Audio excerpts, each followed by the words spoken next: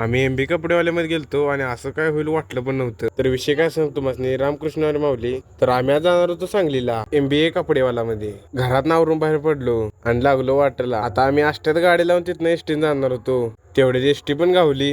ST धरून आलो direct सांगलीमध्ये. ऊन एक असलं वरून लागत होतं. असू दे म्हणलं, आता डायरेक्ट आलो बघा गणपती मंदिरामध्ये. इथं आल्यावर कळलं की मंदिर बंद आहे. 12 ते 2 मंदिर काहीतरी बंद असते वाटतं हो. मग असू दे म्हणलं, उशीर करायला नको. मग लांबनच पाय पडलो आणि तिथनं आम्ही डायरेक्ट गेलो एमबीए कपडेवाला मध्ये.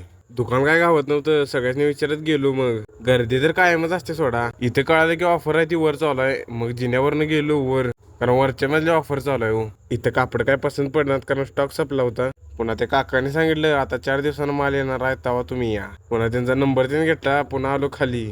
आता म्हणलं जाऊया घरला, उशीर पण झालता. ऊन एक असलं वरण लागत होतं. त्या रस्त्याला कोणतरी माणूस बसला होता. त्याला विचारल्यावर कळालं की तो भविष्य सांगतोय. त्याला म्हणलं आमचं भविष्य आमच्या हातात आहे. तिथनं गेलो आम्ही सरबत प्याला. त्यांना म्हणलं मस्तपैकी 4 सरबत द्या.